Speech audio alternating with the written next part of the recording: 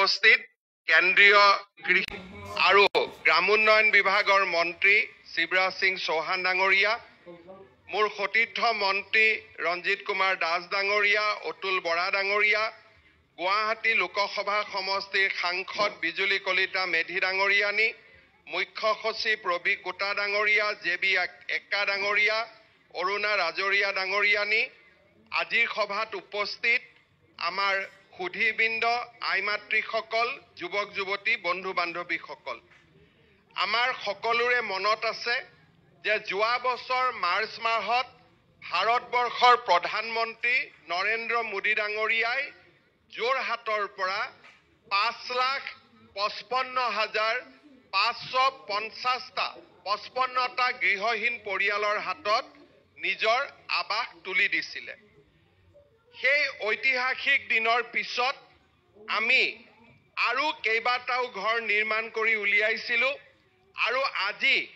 ভাৰতবৰ্ষৰ কৃষি আৰু গ্ৰামোন্নয়ন মন্ত্ৰী শিৱৰাজ সিং চৌহান ডাঙৰীয়াই আৰু 50,000 হিতাধিকাৰীক গুৱাহাটীৰ পৰাই আজি আৱাস গৃহ প্ৰদান কৰিলে। মই অসমৰ ৰাইজৰ হৈ প্ৰধানমন্ত্ৰী নৰেন্দ্ৰ মোদী ডাঙৰীয়া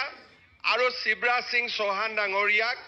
বহুত বহুত ধন্যবাদ আৰু কৃতজ্ঞতা জনাইছোঁ। মই বহুত দীঘলীয়াকৈ ক'ব খোজা নাই। আমি সকলোৱে জানো যে আমাৰ অসমৰ উন্নয়নৰ বাবে প্ৰধানমন্ত্ৰী নৰেন্দ্ৰ মোদী ডাঙৰীয়াই কি ধৰণে নিৰন্তৰ কাম কৰি আহিছে। মধ্যপ্ৰদেশৰ প্ৰাক্তন মুখ্যমন্ত্ৰী তথা বৰ্তমানৰ গ্ৰামোন্নয়ন মন্ত্ৰী, কৃষি মন্ত্ৰী শিৱৰাজ সিং চৌহান ডাঙৰীয়া সদায়ে অসমৰ কল্যাণৰ বাবে কাম কৰি আহিছে। মই তেখেতক অনুৰোধ কৰিম যে আমাৰ অসমৰ যিবিলাক দুখীয়া পৰিয়ালে এতিয়াও ঘৰ পোৱা নাই, তেওঁলোকৰ কাৰণে যাতে একোটাকৈ নতুন প্ৰধানমন্ত্ৰী আৱাস গৃহৰ অনুমোদন কৰে। মই আজি मंत्री डांगोरिया कब खोजो कि हमारे प्रदेश में आपने अब तक हमें 20,91,887 प्रधानमंत्री आवास गृह का स्वीकृति दिए थे और हमने 19,57,777 गृह का अभी तक काम कंप्लीट किया हूं और थोड़ी ही आवास हमारे करने में बाकी है। लेकिन हमने जो जियो टैग किए थे वो जियो टैगिंग का बाद हमारे पास 8 लाख बेनिफिशियरी का नाम है, जिसको अभी हम आवास देने में असमर्थ है। लेकिन थोड़ी दिन पहले आपने 1,71,000 नया आवास का स्वीकृति दिए थे और लगभग और आगे जाके अगर मुझे 6 लाख घर मिल जाता हो तो पहला चरण में जितना आवास का जियो टैगिंग हुए थे সকলোৱে একোটাকৈ ঘৰ পাই যাব। অৰ্থাৎ আজি আমাৰ অসমৰ কাৰণে আৰু যদি আমি 6 লাখ ঘৰ পাওঁ তেতিয়া হলে যিসকলে জিও ট্যাগিং কৰি থৈ দিছিলে সকলোৱে ঘৰ পাবলৈ সক্ষম হ'ব। मैं शिवराज सिंह चौहान जी आज हमारे बीच में उपस्थित है। मैं असम वासियों का ओर से आपको यही निवेदन करूंगा कि जब भी आपका व्यवस्था होते हैं तब हमें और 6 लाख गृह का अनुमोदन दीजिए, घर का अनुमोदन दीजिए, तब हमारे पहला सूची समाप्त हो जाएंगे। साथ में मेरा आपके लिए और एक विनम्र निवेदन है। अभी आपने प्रधानमंत्री आवास योजना का जो न्यूनतम मानदंड है उसको काफी आपने घटाया है और अभी नया लोगों को भी घर मिलने का उम्मीद जागा है, इसलिए आपने इनका जो मानदंड है ये थोड़ा आपने उदारीकरण किए हैं।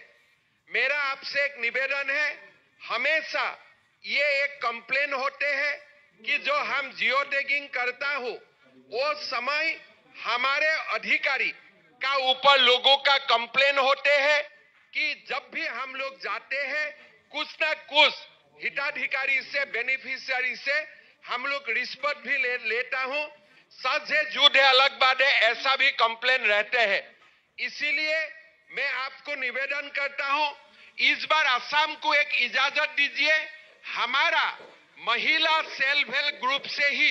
इस बार हम जियो टैगिंग करवाना चाहता हूं। अर्थात मैं ठीक है कोई सुने ना, এইবাৰ আমাৰ জিঅ' টেগিং মহিলা আত্মসহায়ক গ্ৰুপে নিজে যদি কৰি দিয়ে তেতিয়া কোনেও মাজত টকা খাব নোৱাৰে, সকলো দুখীয়া মানুহে ঘৰ নিজে নিজে পাব। আৰু সেই কাৰণে मैं अनुरोध करिसु असम को एक इजाजत दे के आप देखिए, अगर काम अच्छा होते हैं बाकी देश में भी आप कर पाएगा। कम से कम असम में इस बार जियो टैगिंग हमारे जो माताओं है उनको करने का इजाजत दीजिए, हम लोग अच्छा काम करके आपको दिखाऊंगा। मेरा एग्रीकल्चर सेक्टर में 2 निवेदन है। पहले जो हमारे खेती है ये बानपानी बाढ़ के कारण नष्ट होते हैं, इसके लिए आपने प्रधानमंत्री फसल बीमा का व्यवस्था किया और हमारे बहुत फायदा हुआ। लेकिन असम में हमारा और एक अलग प्रकार का असुविधा होते हैं। हमारे जो खेती में हम लोग जो काम करता हो, कभी कभी बंदर आते हैं, कभी कभी हाथी आते हैं। इसीलिए प्रधानमंत्री फसल बीमा में हाथी और बंदर भी जो भी खेती का नष्ट करेगा उसको भी आप प्रधानमंत्री फसल बीमा में इंक्लूड कर दीजिए। हमारे कृषकों को बहुत बड़ा फायदा होगा। मैं आपको हमारे सभी किसानों का ओर से मैं ये भी आपको विनम्रता से निवेदन करूंगा। साथ में आज आपने देखा है, हमने हमारे किसानों को जितना हो सकता है हम लोग मदद करने का कोशिश करता हूं। आपका जरिए लोगों को किसान सम्मान निधि मिलते हैं। प्रधानमंत्री का कारण अभी हम धानों में, मस्टर्ड में एमएसपी देने के लिए कामयाब हुआ हूं और आगे जाके आपने और कोई क्रॉप के लिए एमएसपी दिए हैं, वो एमएसपी के लिए भी हम जरूर हमारे किसानों को हम प्रेरणा दूंगा कि वो लोग किसी को एक अच्छा किसान का नाते एक हमारे असम का कृषि क्षेत्र का विकास के लिए काम करे। लेकिन किसानों को हमारे जो इनपुट है और फार्म मशीनरी है ये लगातार हमारा जरूरत होते हैं। मेरा आपको निवेदन है, असम के लिए जो भी एलोकेशन है थोड़ा सा और बढ़ा दीजिए, हम अच्छा से काम करूंगा। और आप अगर हमारे डिपार्टमेंट को और ये साल कम से कम 200-300 करोड़ और ज्यादा दे देते हैं तो हम अच्छा से काम करके दिखाऊंगा और किसानों को भी हम मदद करूंगा। मेरा यही आपसे निवेदन थे। प्रथमते मैं एटाई रिक्वेस्ट करिसु जे आमार 6-7 लाख मानुहे जे एतियाও घर पाब बाकी आछे तेओलोকক जाते आमार घर दिए। जिসকলৰ जियो टेगिंग हुआ নাই तेओलोকক जाते जियो टेगिंग करिবৰ কাৰণে महिला आत्मसहायक गोटर जरिए जियो टेगिंग करिबर बाबे सुविधा दिए। प्रधानमंत्री फसल बीमा योजना जाते बांदर और हाथीए खेती नष्ट करिलेও तारो जाते बीमा आमार कृषके पाय तार बाबे व्यवस्था करिबोलै आरो आमार खेतियকক जाते आमी पावर टिलार ट्रैक्टर विभिन्न धरणे आरो सहाय करिब पारो। तार कारणे এই বছৰ যাতে আমাক আৰু 200-300 কোটি টকা তেখেতে দিয়ে তাৰ বাবে মই আমাৰ মন্ত্ৰী ডাঙৰিয়াক অনুৰোধ কৰিছো আৰু আপোনালোকেও আমাৰ মন্ত্ৰী ডাঙৰিয়াক আশীৰ্বাদ কৰিব যাতে তেখেতৰ জৰিয়তে আমি অসমৰ দুখীয়া ৰাইজক সহায় কৰিব পাৰো। মই আপোনালোকক আকৌ এটা কথা কম যে আজি 50,000 মানুহে ঘৰ পাইছে, যাৰ ঘৰৰ ওপৰত এখন ছাদ নাছিলে আজি তেওঁলোকে 1,30,000 শৌচাগাৰ আজি এমৰেগাত নিজে কাম কৰিছে, তেওঁলোকে আজি ঘৰ পাইছে। প্ৰধানমন্ত্ৰী মোদী ডাঙৰীয়া প্ৰধানমন্ত্ৰী হোৱাৰ পিছত অসমৰ 20 লাখ মানুহে এতিয়ালৈকে ঘৰ পাইছে। 20 লাখ মানে আপোনালোকে চিন্তা কৰক যে আমাৰ অসমত যিমান দুখীয়া মানুহ আছে 35 লাখ দুখীয়া মানুহৰ ভিতৰত 35 লাখ দুখীয়া পৰিয়ালৰ ভিতৰত 20 লাখ দুখীয়া পৰিয়ালে ঘৰ পাইছে মই আৰু 6 লাখ তেখেতক ঘৰ দিবৰ বাবে অনুৰোধ কৰিছো আৰু ইয়াৰ পিছতো জিঅ' টেগিং কৰি আমি অসমৰ আটাইবোৰ দুখীয়া মানুহকে ঘৰ দিয়াৰ বাবে প্ৰচেষ্টা কৰিম মই সকলোকে অনুৰোধ কৰিম যে আপোনালোকে আমাক যিজনে এই ঘৰ দি আছে দুখীয়া মানুহক সহায় কৰিছে নৰেন্দ্ৰ মোদী ডাঙৰীয়াৰ কাৰণে সকলোৱে আশীৰ্বাদ দি এটা দীঘলীয়া হাত চাপৰি আপোনালোকে বজাওক যাতে শিৱৰাজ চৌহান ডাঙৰীয়াই মোদী ডাঙৰীয়াক ক'ব পাৰে যে অসমৰ মানুহে আপোনাক হিয়া উবৰি আশীৰ্বাদ দিছে আজি আপোনালোকে চিন্তা কৰক 20 লাখ ঘৰ